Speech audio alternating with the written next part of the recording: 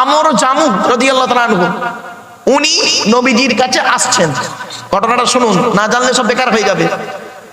উনি আসছেন, নবীজির কাছে যারা বসেছিলেন তারা বললেন, হে নবী, এলাকার সব থেকে ধনী লোকটা আপনার কাছে আসছেন, সব থেকে ধনী লোকটা আসছেন।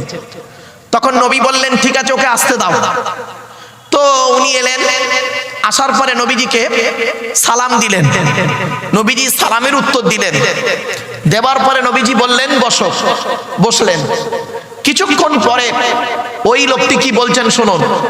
ওই লোকটি নবীকে বলছেন, হে নবী, সৃষ্টিকর্তা আল্লাহ আমাকে অধিক সম্পদ দিয়েছেন, টাকা পয়সার মালিক করেছেন। তো তখন নবীজি বললেন, তুমি কি জানতে চাইছো বলো। তখন লোকটি বললেন, হে নবী, এই এত সম্পদ আমি কোথায় ব্যয় করে গেলে কবরে শান্তি পাবো, পরকালে জান্নাত পাবো, একটু দয়া করে বলে দিন। আচ্ছা, তার প্রশ্নটা ভালো না খারাপ? উনি বললেন, টাকা পয়সা আমাকে সৃষ্টিকর্তা দিয়েছেন, কোথায় দান করে গেলে, কাকে দান করে গেলে, কার পিছনে পয়সা ব্যয় করলে আমার আত্মা শান্তি পাবে, একটু বলে দিন। উনি বলে চুপ মেরে বসে আছেন। ব্যাস, ওনাকে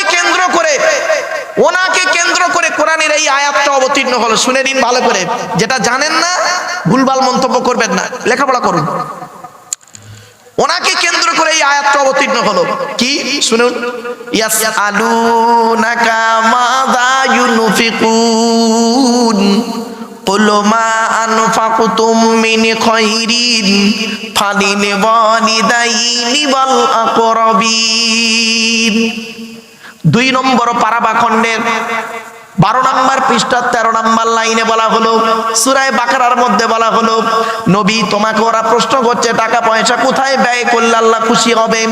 নবী, তুমি বলে দাও, টাকা পয়সা সর্বপ্রথম তোমরা তোমাদের বুড়ো বুড়ি বাম্মার পিছনে প্রথম ব্যয় করবে, আল্লাহ খুশি হয়ে যাবে। তাহলে এই যে বাক্যটা, এই আয়াতটা অবতীর্ণ হয়েছে ওই ব্যক্তিকে কেন্দ্র করে, ঠিক না বেঠিক? এখন আপনি টাকা পয়সা কোথায় ব্যয় করবেন, কার পিছনে ব্যয় করবেন? সর্বপ্রথম বাম্মার পিছনে ব্যয় করবেন। এজন্য আপনাদেরকে আমি বলে যাচ্ছি, হিন্দু মুসলিম ভালো করে শুনে নিন, আগে ভালো ছেলে হন, পরে ভালো জামাই হবে। আগে ভালো ছেলে হন, পরে ভালো জামাই হবেন। আর আমরা ভালো জামাই হতে পেরেছি, ভালো ছেলে হতে পারিনি, ঠিক না বেঠিক? আমার শ্বশুর আমাকে কি বলে জানেন? আমার জামাই খুব ভালো। আমার শাশুড়ি আমাকে কি বলে জানেন? আমার জামাই খুব ভালো। কিন্তু আমার জন্মদাতা বাপটা কি বলে শুনবেন? ওকে জন্ম দিয়ে পাপ করেছি। পেটে ধরা মাটা কি বলে শুনবেন? ওকে পেটে ধরে ভুল করেছি। কেন? যে মা, যে বাপ ছোটবেলায় আমাকে আপনাকে আদর করে চুমা দিল, কি এমন কাজ করলেন, কার মাধ্যমে করলেন যে সেই বাম্মার আপনাকে আব্বা বলে ডাকে না? শুনে নিন, 75 বছরের বৃদ্ধ বাপ যদি, 75 বছরের বুড়ো বাপটা যদি 50 বছরের ছেলেকে একবার আব্বা বা বাবা বলে ডাকে, মনে রাখবেন 75 বছরের বৃদ্ধ বাপের আব্বা ডাকটা আল্লাহর রহমতের অন্তর ফাটা আরশে আজিমের ডাক। দেখেছে কোনোদিন? কোনোদিন দেখেছেন? আপনি বাপের নামে কি করেছেন, মায়ের নামে কি করেছেন? ওই বাপ মরে গেছে ওইটুকু করে ছেড়ে দিয়েছেন। বাপ জীবিত থাকা অবস্থায় আপনি কি হক আদায় করেছেন? আপনি কি ভাবছেন? আল্লাহ পাক কোরআনে বলছেন, শুনে নিন, আয়াহসাবুল ইনসানু আন ইউতরাকা সুদা। মানুষ কি মনে করেছে, এখানে হিন্দু মুসলমান কোনো পার্থক্য নেই। আল্লাহ বলছেন, মানুষ কি মনে করেছে ওকে এমনি এমনি ছেড়ে দেবো আমি, পরকালে এমনি এমনি ছেড়ে দেবো? এত সোজা নয়। কড়ায় গন্ডায় হিসাব নেব, তবে ওকে ছাড়বো। 3টে জিনিসের হিসাব আপনাকে দিতেই হবে। হিন্দু মুসলিম শুনে নিন, কি কি? জ্ঞানী, জ্ঞানী, জ্ঞানের হিসাব দাও। তোমাকে জ্ঞান দান করেছিলাম, তুমি জ্ঞানটাকে কোথায় ব্যয় করেছিলে, ভালো কাজে না খারাপ কাজে? হিসাব দাও। তোমার জ্ঞানের মাধ্যমে মানুষ উপকৃত হতে পেরেছে না মানুষ ক্ষতির দিকে গিয়েছে? তোমার আজ শাস্তি দেওয়া হবে। আপনি কি ভাবছেন? 2 নাম্বার, ধনী, অর্থের হিসাব দাও। এই জন্য আমি বলি, ছেলেকে ধনী না বানিয়ে জ্ঞানী বানিয়ে যান, লেখাপড়া শেখান, সুশিক্ষায় শিক্ষিত করুন। এখন হয়তো আপনারা বলবেন, হিন্দু মুসলিম অনেকে বলবেন যে মারুফ সাহেব আমরা তো গরিব মানুষ, ছেলে মেয়েকে উচ্চশিক্ষায় শিক্ষিত করতে পারবো না। এটা কোনো কজ নয়। মনে রাখবেন, যে চাই চিনি তাকে যোগাই চিন্তামণি। আচ্ছা, আপনি কি ওই ভারতের প্রাক্তন রাষ্ট্রপতি আবু পাকরি জয়নাল আবেদিন আব্দুল কালাম, যিনি মারা গেছেন, মিসাইল ম্যান যাকে বলা হয়, ভারতের একজন গৌরব, তার বাপের থেকে গরিব? আপনি কজ দেখাচ্ছেন? আপনি ছেলে মেয়েকে সুশিক্ষায় শিক্ষিত করুন। তো জ্ঞানী, তোমার জ্ঞানের হিসাব নেওয়া হবে। তাহলে 1 নাম্বার হলো ধনী, অর্থের হিসাব নেওয়া হবে। জ্ঞানী, জ্ঞানের হিসাব দাও। আর 3 নাম্বারটা খুব ইম্পর্টেন্ট। আজকের এই জলসাকে কেন্দ্র করে কত যুবক যুবতী বের হয়েছে। এই যুবক যুবতীরা, যৌবনের হিসাব দাও। যৌবনের হিসাব দাও। তুমি যৌবন কালটা কোথায় কাটিয়েছো, কার পিছনে ব্যয় করেছো, হিসাব দাও। এই 3টে জিনিসের হিসাব হিন্দু মুসলিম দেওয়ার জন্য প্রস্তুত হন, আপনাকে দিতেই হবে। মনে রাখবেন, সৃষ্টিকর্তা ছাড় দেয়, ছেড়ে দেয় না। কি বললাম বাবা, একটু বলুন। ছাড় দেয়, ছেড়ে দেন। একটা উদাহরণ দেবো, একটা উদাহরণ দেবো। রেগে যাবেন না কেউ। উদাহরণটা শুনুন। ছেলের বয়স 40 বছর, বাপের বয়স 70 বছর। 70 বছরের বুড়ো বাপটা একদিন একটু ভুল করে ফেলেছে। 40 বছরের ছেলে করলো কি, ওর স্ত্রীর সামনে বাপের গালে ঠাস করে একটা চড় মারলো। বাপ ওই চড়টা খেয়ে কাউকে কোনো কথা না বলে লজ্জিত হয়ে গেছে। বৌমার সামনে ছেলে গালে চড় মেরেছে, কাউকে না বলতে পেরে। কি হিন্দু কি মুসলিম, যে যার ধর্মস্থানে গিয়ে মনটা খারাপ করে কাঁদছে। সৃষ্টিকর্তা বলছো কাঁদছে কেন রে, কি হয়েছে, কাঁদছে কেন? তা বলছে, ফেরেশতারা বলছে সৃষ্টিকর্তা কি বলবো। কি হলো বাবা? এদিকে এদিকে বাবা, প্লিজ অ্যাটেনশন বাবা। আর কয়েক মিনিটের মধ্যেই শেষ হয়ে যাবে, চিন্তা নেই, একটু ধৈর্যের পরিচয় দিন প্লিজ, আস্তে আস্তে আস্তে। সৃষ্টিকর্তা বলছো কাঁদছে কেন রে? তা ফেরেশতারা বলছে, যে ছেলেটার কান্না ডাকটা শোনার জন্য হসপিটালের বারান্দায় বসেছিল, যে ছেলেটার কান্না ডাকটা শোনার জন্য নার্সিংহোমের ওটির সামনে চেয়ারে দাঁড়িয়েছিল, বসেছিল, সেই ছেলেটা ওর গালে চড় মেরেছে বৌমার সামনে, তাইও কাঁদছে। ঠিক আছে, ওকে কাঁদতে মানা করো, বাড়ি পাঠিয়ে দে। কিছুক্ষণ পরে লোকটা বাড়ি এসছে, ছেলে গালে চড় মেরেছে বৌমার সামনে। ওই শোকে 3 দিনের মধ্যে স্ট্রোক করে ঘুমের মধ্যে মারা গেছে। ছেলে করলো কি, যে যার ধর্মের প্রথা অনুযায়ী বাপের একটু কাজ করলো, যে যার ধর্মের প্রথা অনুযায়ী কাজ করলো। করার পরে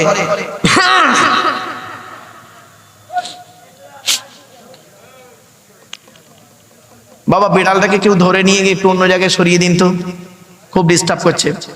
আলোচনাটা এত, জানি না আপনাদের কাছে কতটা ইম্পর্টেন্ট, আমার কাছে আলোচনাটা খুবই ইম্পর্টেন্ট। কেন জানেন? বাস্তব পরিস্থিতির দিকে লক্ষ্য রেখে আমি কথাটি বলছি।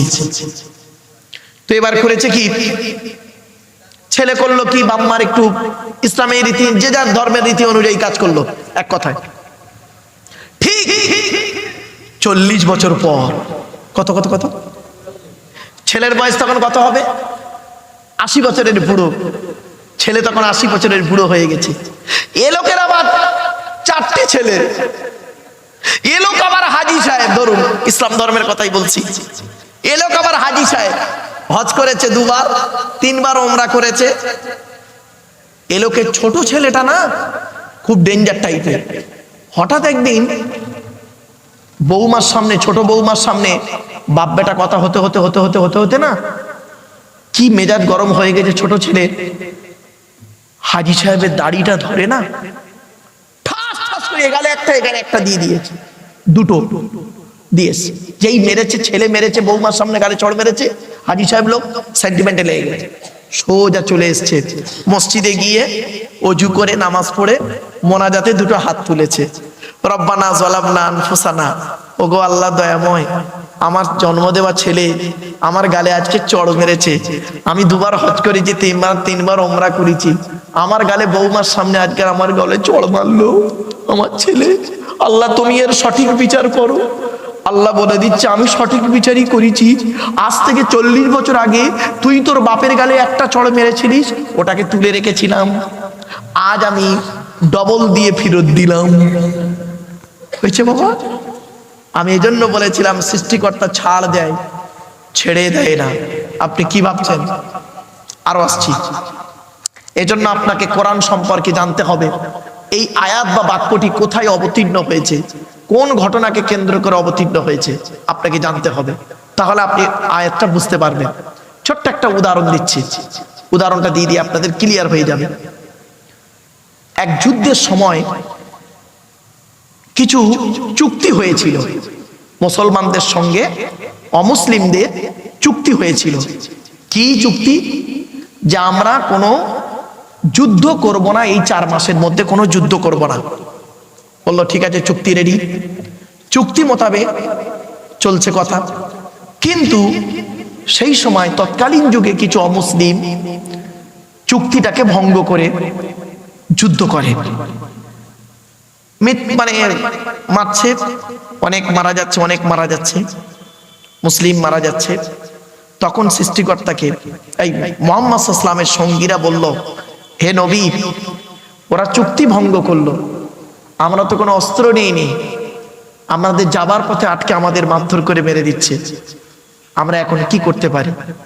হযরত মুহাম্মদ সাল্লাল্লাহু আলাইহি সাল্লাম বললেন, আমার কোনো ক্ষমতা নেই আমি তোমাদেরকে কোনো অর্ডার করব, যতক্ষণ না সৃষ্টিকর্তার তরফ থেকে কোনো ওহী নাজিল আসছে ততক্ষণ পর্যন্ত আমি বলতে পারবো না কিছু।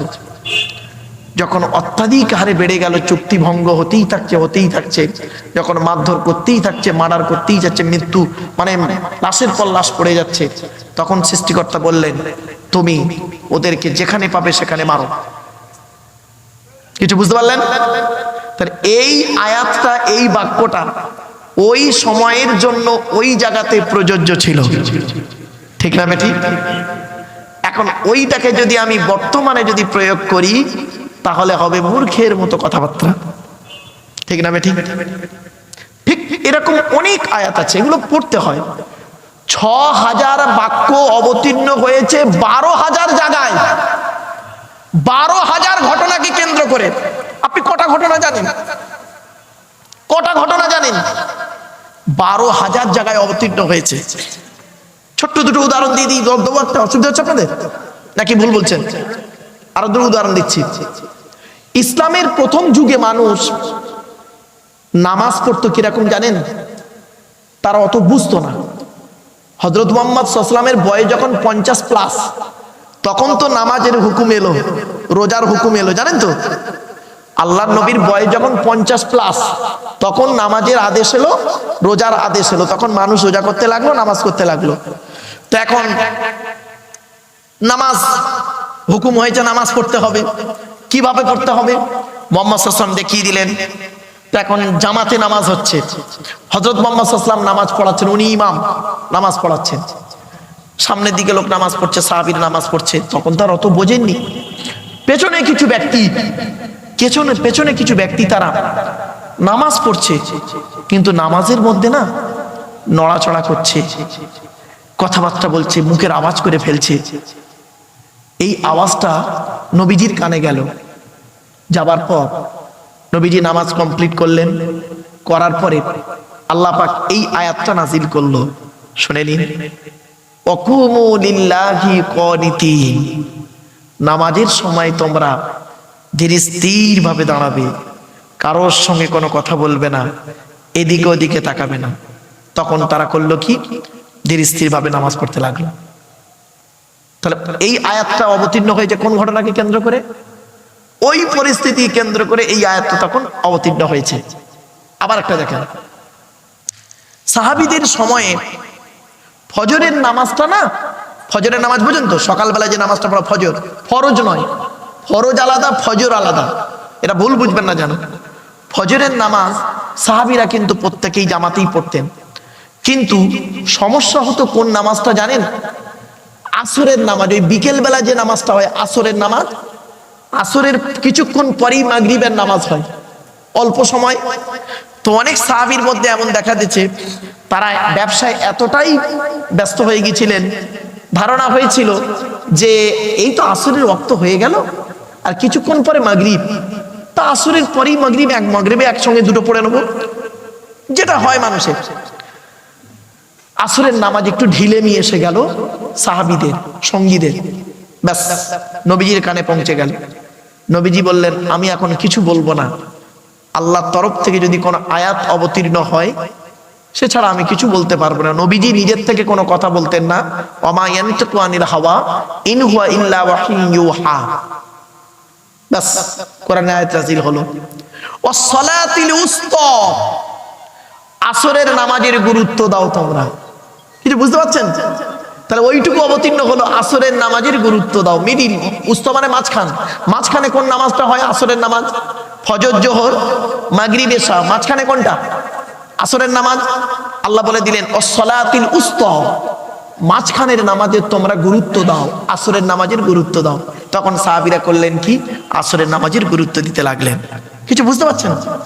তারপরে কিছু ব্যক্তি নামাজ পড়তেন, আবার মাঝে মাঝে ঢিলেমি করতেন, তখন আল্লাহ বলে দিলেন হাফিজু আলাস সালাওয়াত, 5 ওয়াক্ত নামাজের গুরুত্ব দাও। তাহলে এই বাক্য, একটা বাক্য হাফিজু আলাস সালাওয়াত ওয়াস সালাতিল উসতা ওয়া কুমু লিল্লাহি কানিতিন, এই একটা বাক্যের মধ্যে 3টে পাঠ, 3 পরিস্থিতিতে এই একটা বাক্য অবতীর্ণ হয়েছে। জোরে বলুন সুবহানাল্লাহ। 3টে ঘটনা বুঝতে পেরেছেন? প্রথমে নাড়াচাড়া করছিল, তার জন্য এসে গেল। তারপরে করলো কি? আপনার আসরের নামাজে ঢিলেমি করছিল, তার জন্য হলো। 5 ওয়াক্ত নামাজের একটু ঢিলেমি চলছিল, 5 ওয়াক্তের জন্য অবতীর্ণ হয়ে গেল। তাহলে একটা বাক্য অবতীর্ণ হয়েছে 3টে ঘটনাকে কেন্দ্র করে। আপনাকে জানতে হবে ওটা। আপনি না জেনে একটা অন্যের ঘাড়ে চাপিয়ে দিলে সমস্যা তৈরি হবে। এই জন্য পড়াশোনা না করলে সমস্যা হয়। কিছু জিনিস আছে কোরআনে, দেখবেন কোরআনের কিছু ভাষা আপনাদের বলি, শুনলে চমকে যাবে, খুঁজে পাবেন না। মানে অবনিস সাবিল, ইবনুন মানে ছেলে, সাবিল মানে রাস্তা। রাস্তা বাবা, রাস্তা, রাস্তার আবার ছেলে হয় নাকি? কোরআনে বলা হয়েছে ওয়াল ইয়াতামা ওয়াল মাসাকিন অবনাস সাবিল, তোমরা এতিমদেরকে দেখো, মিসকিনদের প্রতি গুরুত্ব দাও, মিসকিনদের ভালোবাসো, তাদের খাবার দাবার খাওয়াও, এতিম বাচ্চাদের কোনোদিন হক মারবে না। আর অবনিস সাবিল, রাস্তার ছেলেদের। আচ্ছা, রাস্তার আবার ছেলে হয়? এখানে মানে হবে কি জানেন? ওই রাস্তায় যারা ভিক্ষুকরা ঘোরে, ওদের প্রতি গুরুত্ব দাও। কি বুঝলেন? আপনি তো এমনি মানে করে বসে থাকবেন রাস্তার ছেলে, আপনার ধারণা হবে কোরআনে ভুল আছে, রাস্তার আবার ছেলে হয় নাকি? এই জন্য কোরআন হচ্ছে পৃথিবীর শ্রেষ্ঠ অলংকার শাস্ত্র। বাবা, আমি সাহিত্যের উপরে, অ্যারাবিক লিটারেচারের উপরে আমি আমার MA করা, এবং শুধু তাই অ্যারাবিক থিওলজির উপরে আমার MA করা, মাস্টার ডিগ্রি। তো এই দুটো, এই সাহিত্যের উপরে MA করলে তারা বুঝতে পারে সত্যিকারের যারা এডুকেটেড পারসন, যারা সাহিত্যের উপরে, আরবি সাহিত্যের উপরে MA করেছেন, সে হিন্দু মুসলিম যেই হোক, জিজ্ঞাসা করবেন, ডিটেলস আপনাকে সুন্দর করে বুঝিয়ে দেবে, আরো ভালো বুঝিয়ে দেবে। আমি তো জাস্ট শুধু একটি জলসার মাজলিসে এসে কয়েকজন ব্যক্তিকে নিয়ে বিভিন্ন অ্যাঙ্গেল থেকে 2-4টে কথা আপনাদের জাস্ট বলে গেলাম। চলো এবার একবার দরুদ শরীফ, আল্লাহুম্মা।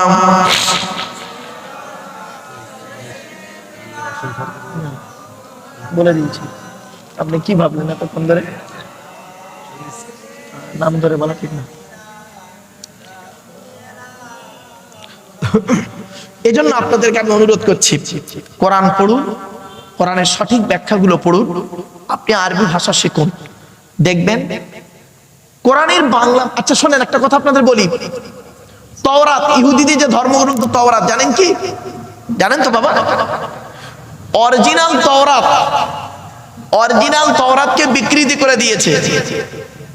অরিজিনাল তাওরাতে লেখা আছে সুদ খাওয়া হারাম, ব্যভিচার করা হারাম, মদ খাওয়া হারাম, শুকরের মাংস খাওয়া হারাম, অরিজিনাল তাওরাতে আছে।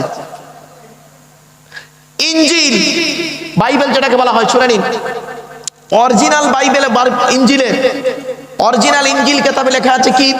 সুদ খাওয়া হারাম, মদ খাওয়া হারাম, ব্যভিচার করা হারাম, শুকরের মাংস ভক্ষণ করা হারাম, অরিজিনাল ইনজিল কিতাবে আছে। আচ্ছা, পরিবর্তন হলো কিভাবে? যারা ব্যাখ্যা করেছেন, ব্যাখ্যা করতে গিয়ে তাদের ইচ্ছা মতো মন গড়া ব্যাখ্যা করেছেন, করতে গিয়েই হয়ে গেছে কি অরিজিনালটা, ওই ব্যাখ্যা করতে করতে করতে করতে অরিজিনালটাই বাদ হয়ে গেছে। পৃথিবীর একমাত্র কিতাব, পৃথিবীর একমাত্র কিতাব, তার নাম আমার হাতেই রয়েছে, এই কোরআন। এই কোরআনের একটা অক্ষরের কোনো পরিবর্তন হয়নি, একটা বাক্যেরও কোনো পরিবর্তন হয়নি। যেমন ভাবে কোরআন নাজিল হয়েছে সেইভাবেই কোরআন রয়েছে। আর কোরআনে আল্লাহ নিজেই বলেছেন, আমি এই কোরআনকে নাজিল করেছি, আমি এই কোরআনকে হেফাজত করবো। জোরে বলুন সুবহানাল্লাহ। ছোট্ট একটা উদাহরণ দিচ্ছি।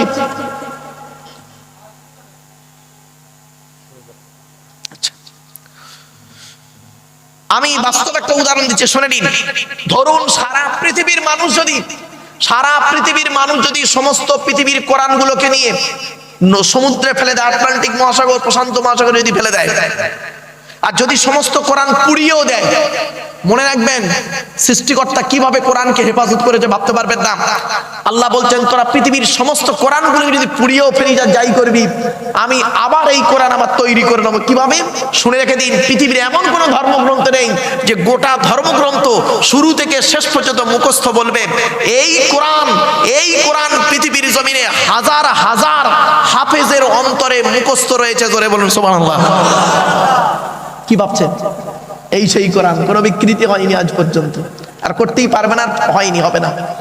একটা অক্ষরের পরিবর্তন হয়নি, অক্ষরের পরিবর্তন হয়নি। আপনি কি ভাবছেন? ব্যাখ্যা অনেকে করেছে অনেক রকম, কিন্তু অরিজিনাল কোরআনের কোনো পরিবর্তন আজ পর্যন্ত পৃথিবীতে কেউ করতে পারেনি, পারবে না। কেন পারবে না? হযরত মুহাম্মদ সাল্লাল্লাহু আলাইহি ওয়াসাল্লাম ছিলেন, উনি ভালো পৃথিবীর সবথেকে বড় হাফেজ, মানে কোরআন মুখস্থকারী ছিলেন সবথেকে বড়, পৃথিবীর সবথেকে বড় মুখস্থকারী ছিলেন মুহাম্মদ সাল্লাল্লাহু আলাইহি ওয়াসাল্লাম। উনি প্রতি রমজান মাসে দুবার করে, প্রতি রমজান মাসে গোটা কোরআন খতম করতেন নামাজের ভিতরে, বুঝতে পারছেন? এই জন্য খতম তারাবি আপনাদের এখানে হয়, তা করবেন কেন? এই জন্য খতম তারাবি করবেন, একটা হাফেজকে এনে এক পারা করে শুনবেন, কোরআনটা কি বলছে শুনবেন।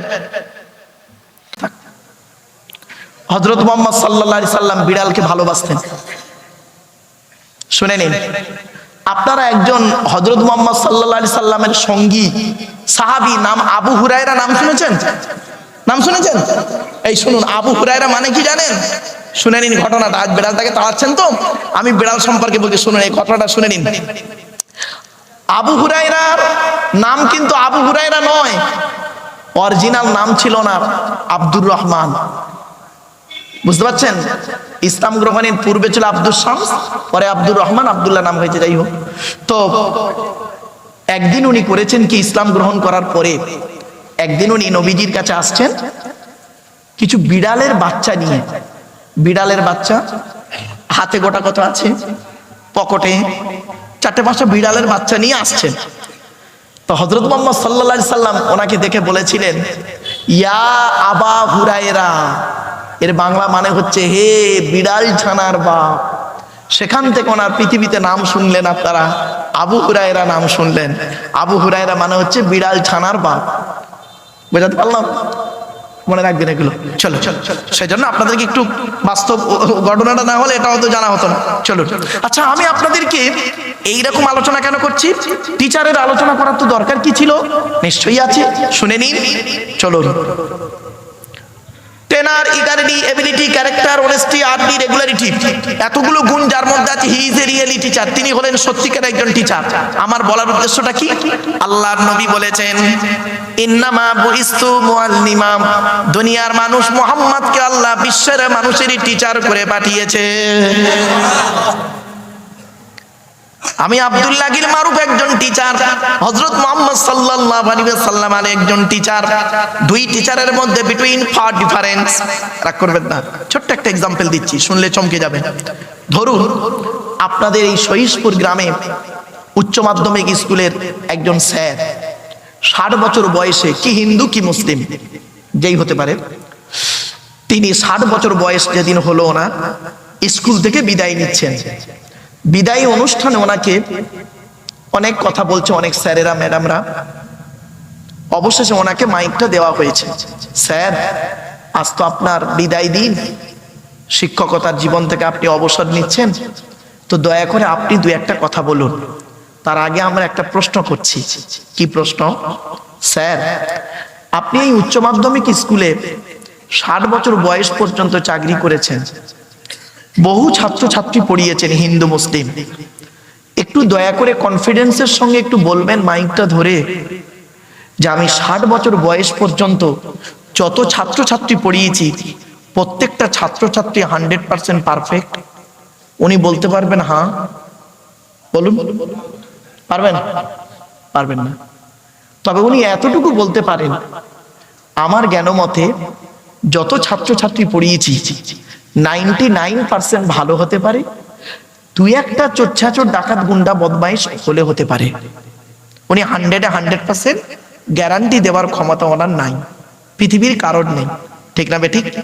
কিন্তু শুনবেন, এই পৃথিবীতে একজন টিচার এসেছিলেন, এই পৃথিবীতে একজন গাইডার এসেছিলেন, এই পৃথিবীতে একজন প্রফেসর এসেছিলেন, এই পৃথিবীতে একজন মেসেঞ্জার এসেছিলেন, এই পৃথিবীতে একজন মাস্টার এসেছিলেন।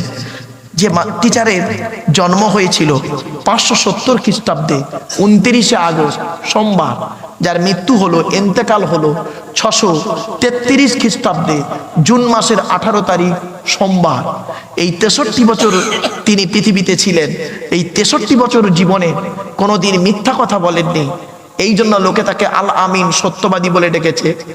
আর এই 63 বছরের জীবনে যত টিচিং তিনি করেছেন, শিক্ষকতা করেছেন, যত ছাত্রছাত্রী পড়িয়েছেন, ছাত্রদের একটা নাম দিয়েছেন, ছাত্রীদের একটা নাম দিয়েছেন। ছাত্রদের নাম দিয়েছিলেন সাহাবী, কি বললাম? সাহাবী। আর ছাত্রীদের নাম দিলেন সাহাবিয়া, স্ত্রীলিঙ্গ সাহাবিয়া। তানাকে একবার জিজ্ঞাসা করা হলো, হে নবী আপনি বলুন, এই পৃথিবীতে যত ছাত্রছাত্রী আপনি পড়িয়েছেন, সাহাবী সাহাবিয়াদের পড়িয়েছেন, তৈরি করেছেন, তাদের সম্পর্কে আপনি একটু সার্টিফিকেট দিন। তিনি কি বললেন জানেন? শুনে নিন, সহিষ্পুরের হিন্দু মুসলমান শুনে নিন। তিনি বলেছিলেন, আসহাবিকান নুজুম বিআইহিম ইক্তিদাইতুম ইহতিদাইতুম। আমার প্রত্যেকটা সাহাবী সাহাবিয়ারা হলেন নক্ষত্রের ন্যায়, তোমরা যাকে অনুসরণ করে চলবে তার মাধ্যমে দুনিয়াতে শান্তি সম্মান পাবে, আখিরাতে স্বর্গ জান্নাত পেয়ে যাবে। আপনাকে আমি বলে দিচ্ছি, হযরত আবু বকরের চরিত্রকে আপনি গ্রহণ করুন, হযরত উমারের চরিত্রকে আপনি গ্রহণ করুন, আপনি উসমানের চরিত্রকে গ্রহণ করুন, হযরত তালহা, হযরত আব্দুল্লাহ ইবনে মাসউদ, আব্দুল্লাহ ইবনে আব্বাস, হযরত বেলাল, যার চরিত্র নিয়ে আপনি গবেষণা করে আদর্শমান হতে চাইবেন, তার মাধ্যমে আপনি দুনিয়াতে শান্তি সম্মান পাবেন, আখিরাতে জান্নাত পাবেন। কি ভাবলেন? এমন একজন টিচার পৃথিবীতে এসেছিলেন। আসছি, সেই টিচারের উপরে এলো এই কোরআন। এবার এই কোরআন কত বছর ধরে এলো শুনে নিন। এইখানেই হচ্ছে আমার, এতক্ষণ আপনাদেরকে আমি মেইন আলোচনায় যাইনি, আলোচনা মেইন শুনুন। এই কোরআন 22 বছর। আচ্ছা, কোরআনের ভিতরে কি আছে বলে দিচ্ছি। 30টা পারা বা খণ্ড, 30টা পারা, 540টা রুকু, 114টা সূরা, 14 থেকে 15 খানা সাজদা, 7টা মানজিল, 8 থেকে 12 খানা সাক্তা, 6666টা আয়াত, কেউ বলেছেন 6236টা আয়াত বা বাক্য আছে, শুনে নিন। আর এ কোরআন 22 বছর 9 মাস 14 দিন, 22 বছর 9 মাস 14 দিন, কম বেশি 23 বছর ধরে কোনো ঘটনাকে কেন্দ্র করে, কোনো ব্যক্তিকে কেন্দ্র করে, কোনো বস্তুকে কেন্দ্র করে, কোনো জায়গাকে কেন্দ্র করে, কোনো যুদ্ধকে কেন্দ্র করে কোরআনের আয়াতগুলো নাজিল হয়েছে। সুবহানাল্লাহ বলা গেল না? তাহলে আপনি যে আয়াতটা পড়বেন, ওই আয়াতের ইতিহাসটা আপনাকে জানতে হবে। এই আয়াতটা কোরআনে আছে, কোন পরিপ্রেক্ষিতে, কোথায়, কি কারণে অবতীর্ণ হয়েছে। বাস্তবের সঙ্গে ওটা লাগালেই আপনি বুঝতেই পারবেন না। এই জন্যই বলি তো পড়াশোনা করা। একজন ডক্টরেট করা পিএইচডি মানুষ, সে কোরআন নিয়ে গবেষণা করেছেন, আর একজন সিম্পল কোরআন পড়া মানুষ, দুটো এক ভাবলেন? আগেই বলেছিলাম প্রাইমারি স্কুলের টিচার আর ক্যালকাটা ইউনিভার্সিটির লেকচারার দুটো কিন্তু এক নয়। বাড়ি থেকে ভাববেন। ছোট্ট একটা উদাহরণ দিচ্ছি, শুনে নিন, শুনে নিন। 22 বছর 9 মাস 14 দিন, কম বেশি 23 বছর ধরে ঘটনাকে, ব্যক্তিকে, বস্তুকে, জায়গাকে কেন্দ্র করে দু একটা বললেই ক্লিয়ার হয়ে যাবে। হযরত মুহাম্মদ সাল্লাল্লাহু আলাইহি সাল্লামের জামানায় নবী মুহাম্মদ সাল্লাল্লাহু আলাইহি সাল্লাম একদিন বসে আছেন, সঙ্গীদেরকে নিয়ে বসে আছেন। এমত অবস্থায় আরবের তৎকালীন যুগের মদিনার সবথেকে ধনী লোক, মদিনার সবথেকে ধনী লোক, লোকটার নাম কি শুনবেন? আমর জামু। কি বললাম বাবা, একটু দয়া করে মুখে বলুন।